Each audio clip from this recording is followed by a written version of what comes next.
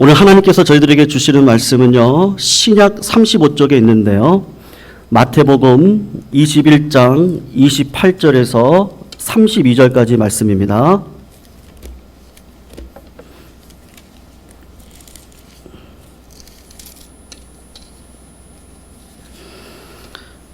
마태복음 21장 28절에서 32절까지 말씀입니다.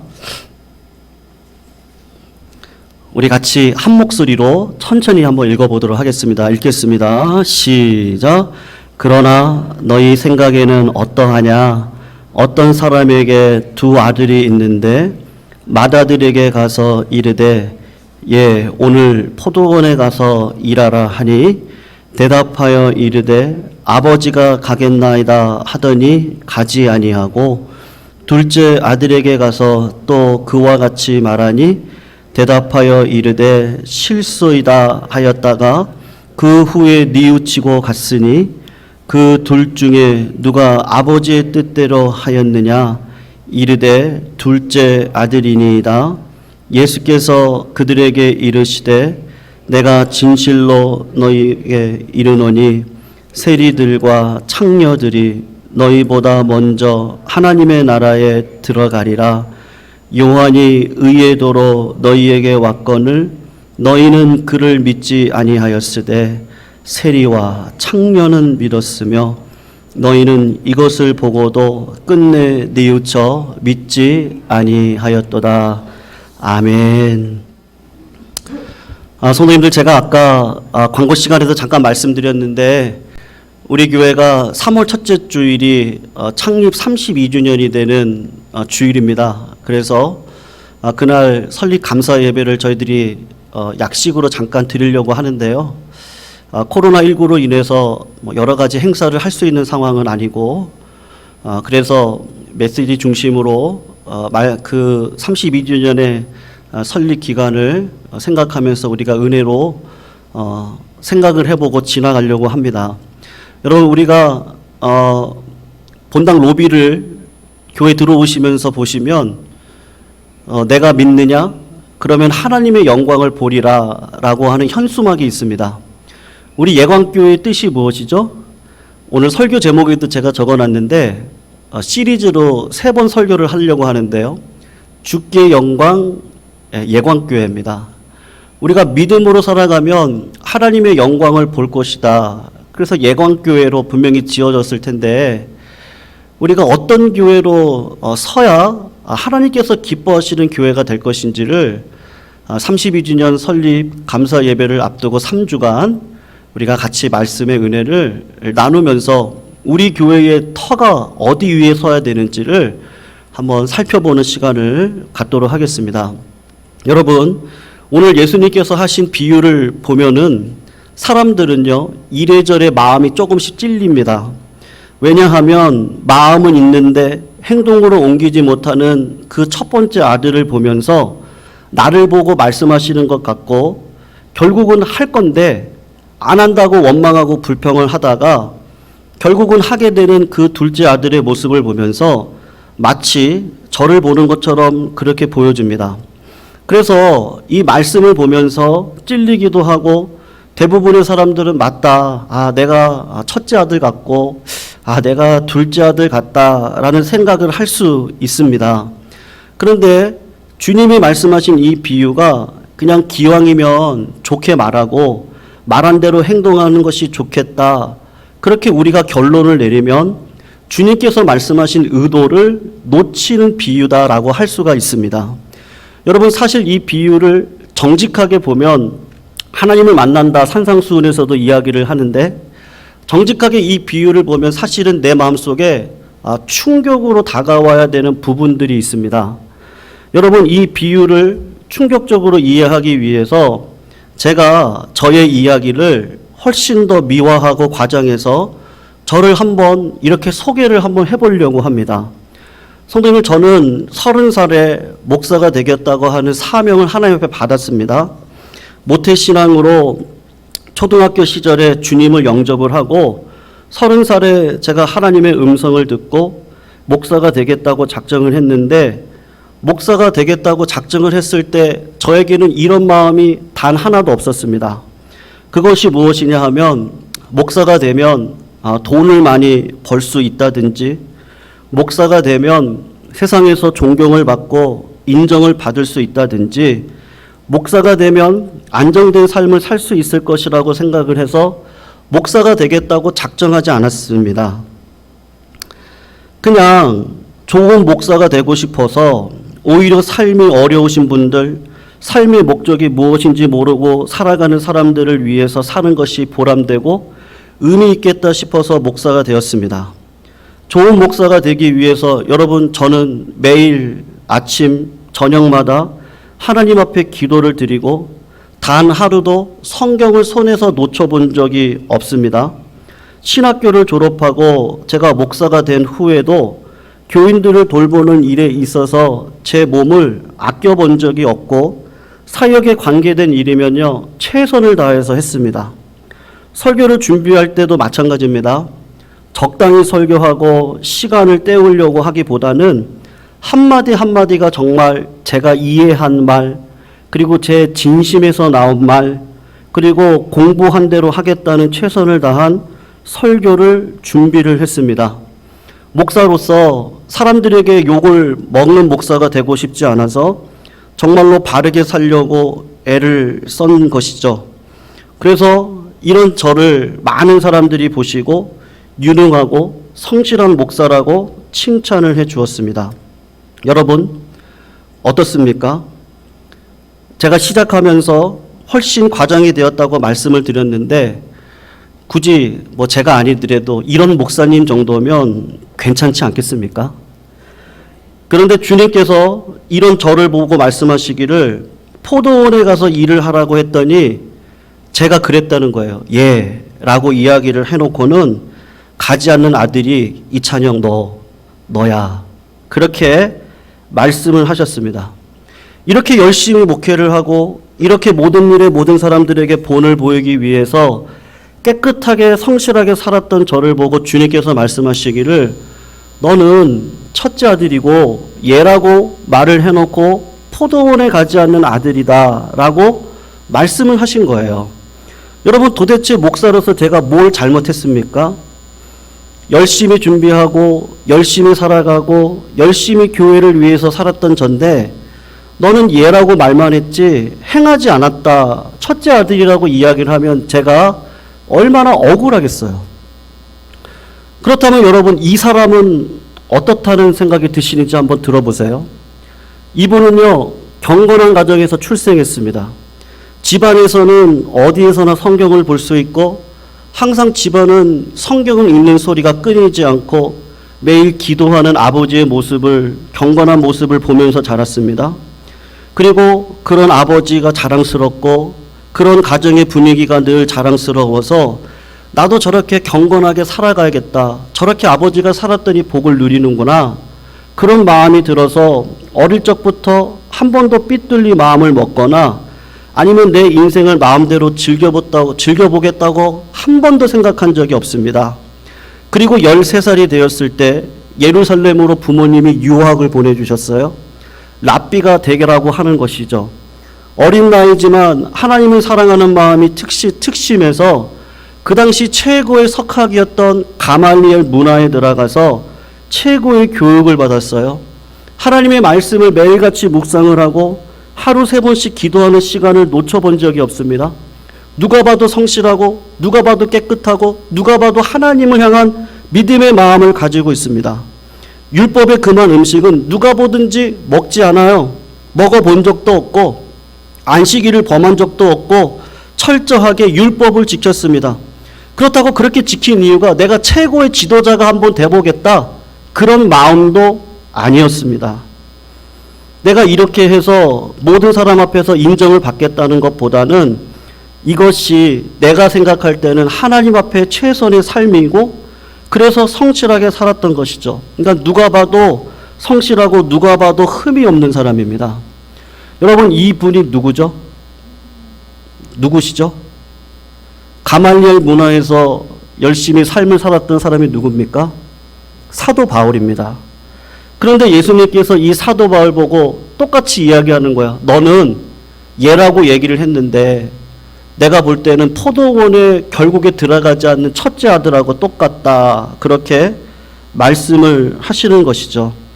이 바울을 보고 너는 그럴듯한 모습을 보이고 있지만 너는 얘라고 대답을 하고 행동을 하지 않는 자다라고 책망을 지금 하고 있는 겁니다.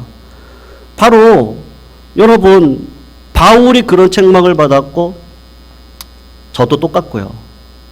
아마 우리 한국교회가 똑같지 않을까. 그리고 대제사장, 장로들이 받았고 모든 종교 지도자들이 그 책망을 지금도 받고 있는 것입니다. 여러분, 바울은 나중에 그가 고백하기를 나는 완전히 새 사람이 되었다라고 고백을 했습니다. 여러분, 도대체 바울이 뭐가 변해가지고 새 사람이 되어졌다고 이야기를 할까요? 더 경건해졌습니까? 아마도 조금 미비한 차이는 있을 거예요. 그가 기도하는 시간이나 성경을 읽는 시간이나 경건하게 살려고 하나님과 교통하고 교제하는 그 모습이 그 전과 후로 크게 달라진 점이 분명히 없었을 겁니다. 그러면 조금 더 도덕적이 되어졌나요? 이미 도덕적으로 살았던 사람인데 얼마나 더 도덕적이 되어졌겠습니까? 그러면 종교적인 열심이 더 열심히 했습니까? 바울은 30여 년 동안 선교 여행도 다니면서 쉴 틈 없이 자기 몸을 혹사시키고 결국은 온갖 고난과 고통과 핍박 가운데 종교적으로 그런 것들을 받을 만한 특심이 있는 사람이었습니다. 근데 제가 생각할 때 그런 열심의 특심은 그 이전에도 대단했던 사람입니다. 대제사장을 찾아가서 예수 믿는 사람들을 다 죽일 테니까 나에게 그것을 허락해주는 편지 한 장만 써달라고 청원을 하고 그 편지를 가지고 다메섹에 있는 예수 믿는 사람들을 죽이겠다고 기세 등등해서 달려가는 그 모습을 보면 바울은 전에도 굉장한 열심을 가지고 있었던 뜨거운 열정적인 사람입니다. 여러분, 바울은 전혀 다른 사람으로 만든 것은 그의 종교적인 열심도 도덕적인 품위, 수준도 아니고 얼마나 종교적으로 열심히 살았던지 간에 우리 주님께서는 지금 사도 바울에게 뭐라고 이야기하냐면 너는 지금 첫째 아들이라는 거죠. 얘라고 이야기하고 최종적으로는 열매가 없다고 말씀하고 있는 겁니다. 사랑하는 성도님들, 오늘 본문을 보면 사람들은 행동의 필요를 강조를 해요. 얘라고 대답하고 행동하지 않는 것과 아니요 라고 대답을 하고 행동을 하는 것의 차이를 사람들은 말하려고 합니다. 하지만 여러분, 오늘 본문을 주의 깊게 살펴보시면 우리 주님께서 두 종류의 사람에 대해서 이야기를 하는데 대제사장과 장로들이라고 하는 한 그룹과 세리와 창녀라고 하는 한 그룹에 대해서 이야기를 하고 세리와 창녀가 대제사장 나보다도 정말 성경을 열심히 읽는 우리보다도 더 빨리 하나님의 나라에 갈 것이다 라고 우리 주님이 말씀을 하십니다. 자세히 오늘 본문을 보시면 대제사장과 장로들이 기도하겠다고 하고 기도하지 않는 사람들이 아닙니다. 주님이 말씀하신 여기 대제사장 장로들은 경건하게 살겠다고 다짐을 하고 하루도 지나지 않아서 경건의 모양을 잃거나 경건하지 못한 채 방탕하게 사는 사람들입니까? 하면 그렇지 않은 사람들입니다. 이 사람들은 진짜 경건한 사람들이에요. 내가 기도하겠다고 말만 하지 않고 진짜로 기도를 했던 사람들이고 정말로 주를 위해 열심히 헌신하겠다 그래서 주를 위해 헌신했던 사람들이고 말씀을 묵상하겠다고 말만 하고 성경책 위에 먼지만 있는 그런 사람들이 아니라 매일 주님의 말씀을 묵상하고 암송하고 그의 옷과 이마와 미간에 끼어서 모든 하나님의 말씀을 적어놓고 묵상했던 사람들이 대제사장과 장로들입니다.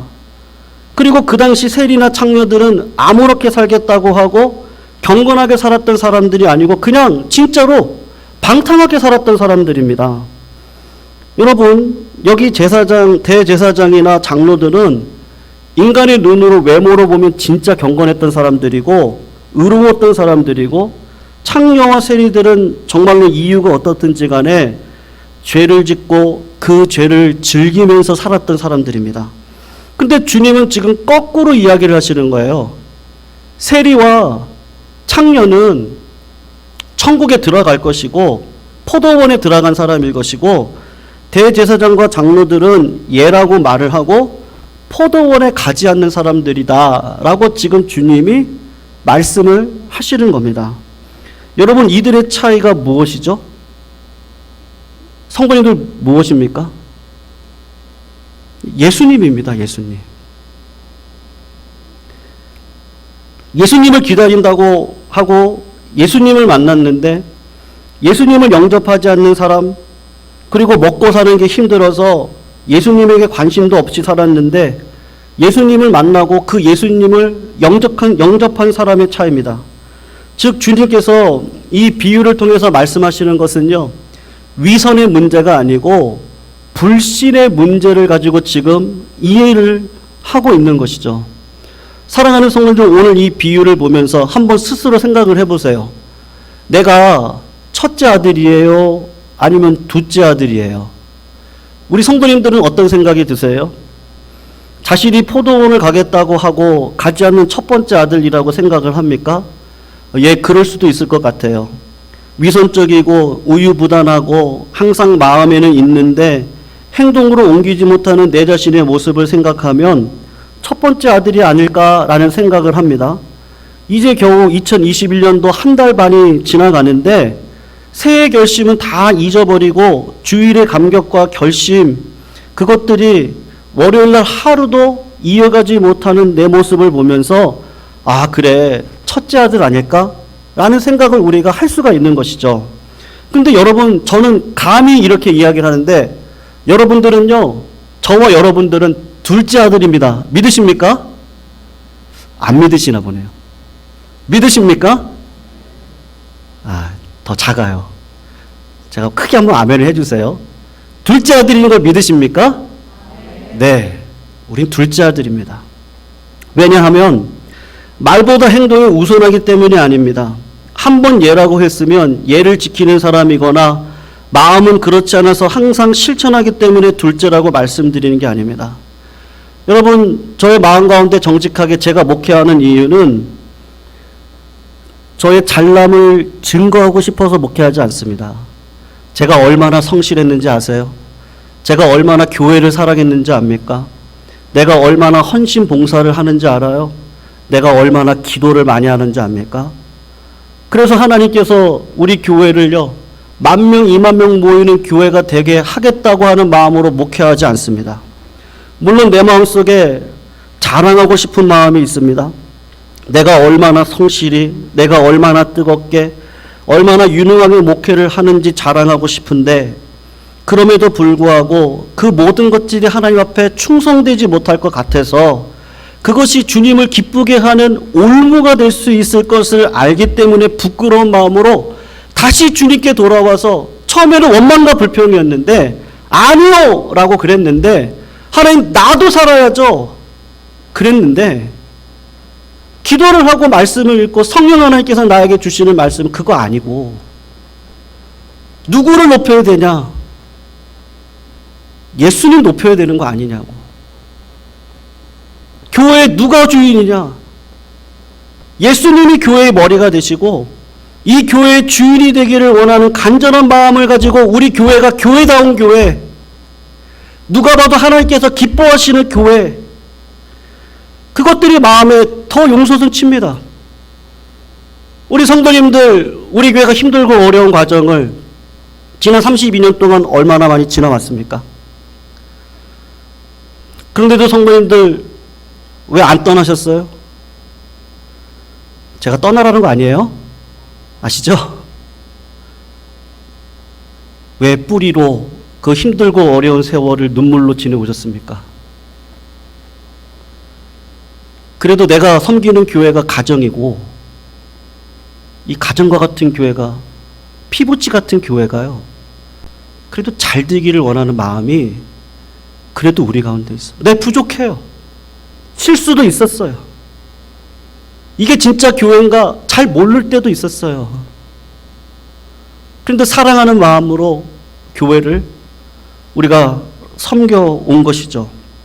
여러분, 제가 처음 설교를 시작하면서 제가 제 자신을 아주 과장되게 묘사한 것처럼 종교적인 열심이나 도덕적인 투명함이나 꽤 괜찮은 목사처럼 보인다 할지라도 그 모습에, 그 중심에 예수 그리스도를 제가 모시지 않고 하루하루를 살아간다고 한다면 하나님께서는 분명히 저한테 이야기를 하실 겁니다. 너는 첫째 아들일 거라고.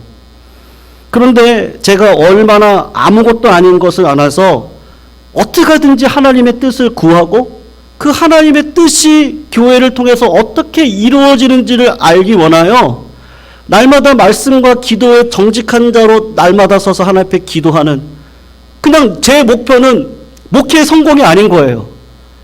목사인 저도 하나님과 동행하는 게 제 목표예요. 하나님 앞에 죄인으로 서지 않는 게 제 목표입니다. 그러는 가운데 하나님께서 주신 은혜를 가지고 우리 교회가 든든히 세워질 수 있는 게 뭘까? 주신 지혜로 그것을 감당하는 것이죠. 여러분, 오늘날 한국교회가 코로나19로 심판 가운데 지나가고 있는데 우리 한국교회가 놓쳤던 것이 무엇입니까? 예수 그리스도를 놓쳤습니다. 예수 그리스도를 잃어버렸습니다. 서로의 공적을 자랑하고 성취와 성공을 자랑하고 그것이 인생의 목적인 양 우리가 자랑하고 얼마나 성공했는지, 교회가 얼마나 성장했는지, 교회가 얼마나 많은 건물을 가지고 있는지, 교회가 얼마나 많은 성도들이 있는지를 큰 교회를 위해서 애를 쓰고 집중하다 보니까 어느 순간 예수 그리스도를 증거하는 삶에 있어서는 관심이 없어 보일 때가 많이 있었던 것이죠. 여러분, 종교적인 열심은 이단을 가서 보셔도요, 이단 교회가 얼마나 큽니까? 어제도 지나가다 보니까 마북동에 하나님의 교회가 세워졌는데 목사님 말씀하시더라고요. 그 자리가 원래 제자교회 자리였다고 하더라고요. 침례교회 자리였는데요. 하나님의 교회 이단이 딱 들어와서 옆에다가 주차장을 얼마나 크게 지었는지 몰라요. 엄청나게 큽니다. 이단도 종교적인 열심으로 성장할 수 있고 부흥할 수 있습니다. 근데 그 안에 뭐가 없습니까? 예수 그리스도의 생명이 없는 것이죠. 우리가 지금도 다시 한번 확인해야 되는 거, 우리 교회가 32년 동안 은혜 가운데 왔습니다. 근데 우리 교회가 100년 대계로 든든하게 나아가야 되는데 그것은 산상수훈 7장에 있는 것처럼 모래 위에 세운 집이 아니라 예수 그리스도 반석 위에 세워야지만 어떤 환난과 고난 가운데서 우리 교회가 100년 대계의 꿈을 이룰 줄로 믿습니다. 그래서 복음의 은혜에 대한 감격이 있으십니까? 예수님을 믿으세요? 그 예수님이 나의 생명 맞습니까? 그리고 무엇보다도 그 예수님께서 나에게 말씀하실 때 고민하고 몸부림치고 그래도 교회를 위해서, 그래도 이웃을 위해서, 그래도 믿음의 삶과 하나님 나라와 의를 위해서 내 삶을, 목사니까 이 정도면 됐지. 내가 30년 봉사했으면 이 정도면 됐지. 내가 귀신을 쫓아내는데, 내가 치유의 은사가 얼마나 많은데, 그것이 아니고 똑같은 죄인의 모습으로 하나님께서 원하시는 뜻이 무엇인지를 알고 성령의 열매를 이 땅 가운데 맺으며 걸어가는 그것은 아까 우리 김동민 장로님이 기도하셨던 것처럼 나는 포도나무고 너희는 가지인데 우리 주 예수 그리스도 그 나무에 붙어 있으십니까? 그래서 오늘 32절을 성도님들 같이 한번 읽어볼까요? 주님이 하고 싶은 이야기는 딱 이야기인 것이죠. 우리 같이 한번 읽어보겠습니다. 시작. 요한이 의의 도로 너희에게 왔거늘 너희는 그를 믿지 아니하였으되 세리와 창녀는 믿었으며 너희는 이것을 보고도 끝내 뉘우쳐 믿지 아니하였도다. 여러분, 왜 제사장들과 서기관들은 예수님을 믿지 않았습니까? 주님이 필요 없다고 생각할 만큼 내가 의롭다고 생각하기 때문 아니겠습니까? 내 열심이 이만해서 내가 복받은 거야. 내가 특심하니까 나만큼 서는 거지. 저기 더러운 창녀하고 세리를 봐. 내가 저 사람보다 깨끗하고 생각하기 때문인 거 아니겠습니까? 내가 깨끗하고 경건하니까요, 주님이 필요가 없습니다. 주님이 필요 없으니까 내가 주인인 거예요. 내 기준에 교회를 보는 거예요. 내 기준에 성도를 보는 거예요. 말씀의 기준으로 봐야 되는데 어느 순간 내 안에 예수의 생명은 사라져 있는 겁니다. 그들이 예수가 없어도 하나님의 자녀가 될 수 있다고 생각을 했던 것은 충분히 나는 거룩하고 나는 경건해서 이렇게 대제사장도 되고 서기관도 된 복이 있기 때문이다라고 했던 그것 때문 아니겠습니까? 사랑하는 성도님들, 우리가 예수 그리스도를 믿으면 지속되는 고난과 시련 중에도 하나님의 뜻이 분명히 내 안에 있기 때문에, 음성이 있기 때문에 그걸 참을 수 있습니다.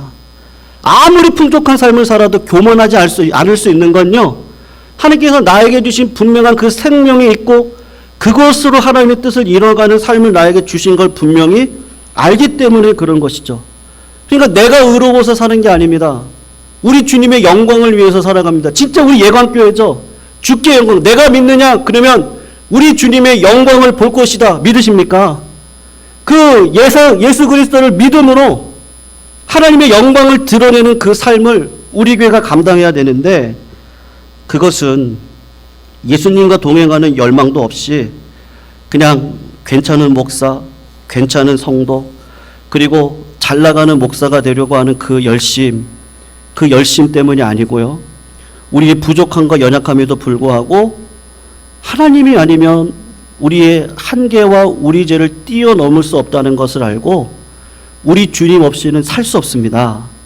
그 믿음의 고백이 우리 가운데 있어야지만 우리 예광교회 100년 대회는요, 정말로 든든히 세워질 줄로 믿습니다.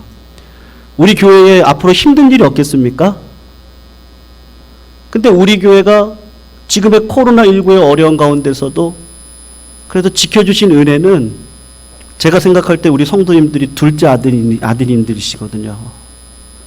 그래도 믿음으로 지켜오셨던 그 은혜를 우리 다음 세대들이 이어받아서 잘 가야겠는데, 그러려면 우리 교회 주인은 또 우리 주님이 되어주셔야 됩니다.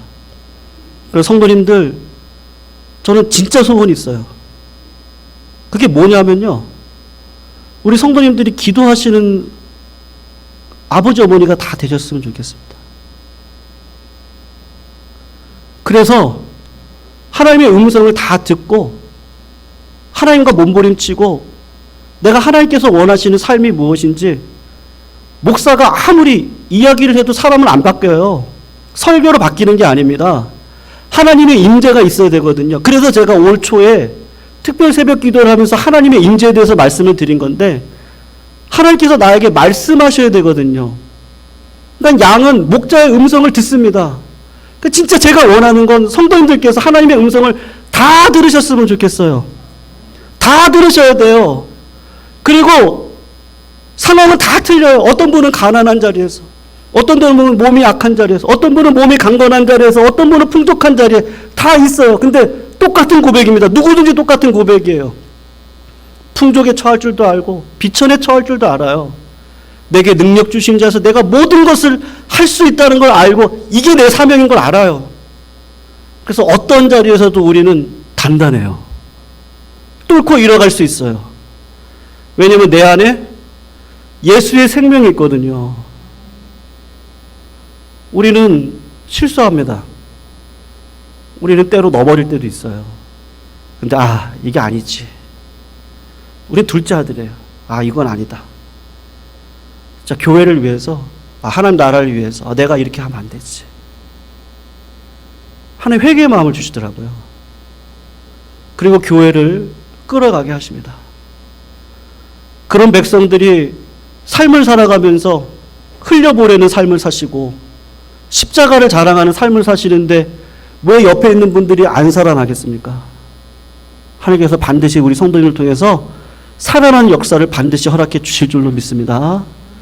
그 삶을 살아가시되 오늘도 양은 그의 목자의 음성을 분별하고 들어서 우리 주님이 사망의 음침한 골짜기로 보내시면 그 자리에서도 목자의 음성을 따라 순종을 하고, 저 푸른 초원에 나를 보내실 때도 목자가 나를 보내신 것이니까 그 자리에서도 주의 음성을 따라 순종하는 그 자리에 우리 모두를 세워주실 줄로 믿습니다. 우리가 어떻게 살아야 할 것인가는 다음 주일날 두 번째 말씀을 가지고 말씀의 은혜를 나누도록 하겠습니다. 기도하시겠습니다. 사랑의 하나님, 저의 부족함과 어리석을 고백합니다. 왜 그렇게 교만한지, 마치 나의 힘으로 행복해지고 하나님의 자녀가 될 수 있는 것처럼 그 열심과 경건과 지나왔던 경험들이 오히려 주님께 가까이 가기보다는 주님과 멀어지게 만드는 장애물이 되지 않았는지 다시 되돌아봅니다. 우리 예건교회 가운데 예수 그리스도의 생명을 허락하여 주시옵소서. 우리 사랑하는 성도님들과 제가 말씀과 기도를 통하여 주의 음성을 날마다 듣게 하시고 하나님의 사람으로서는 내 열심, 내 열정이 아니라 생명 되신 예수 그리스도의 말씀이 살아 역사하여 오늘도 내 삶을 나를 부인하고 십자가를 지는, 그래서 마음이 쉬어가고 사랑을 배워가게 할 수 있는 교회와 성도의 모습으로 서야 되겠는데, 하나님 은혜 베풀어 주시고 주의 크신 은혜로 저의 그릇을 넓게 열어 주시옵소서. 예수 그리스도의 이름으로 간절히 기도합니다. 아멘.